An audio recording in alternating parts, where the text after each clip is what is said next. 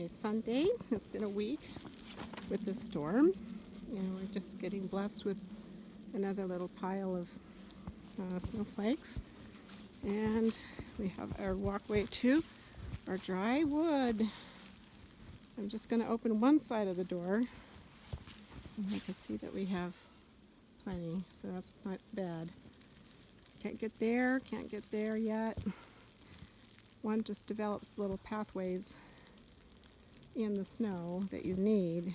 We used to have that open, but don't need to go to that shed. Got the snowshoes out. Anyway, this is pretty deep, and we should have some sunshine in a day or two. Under there is a car.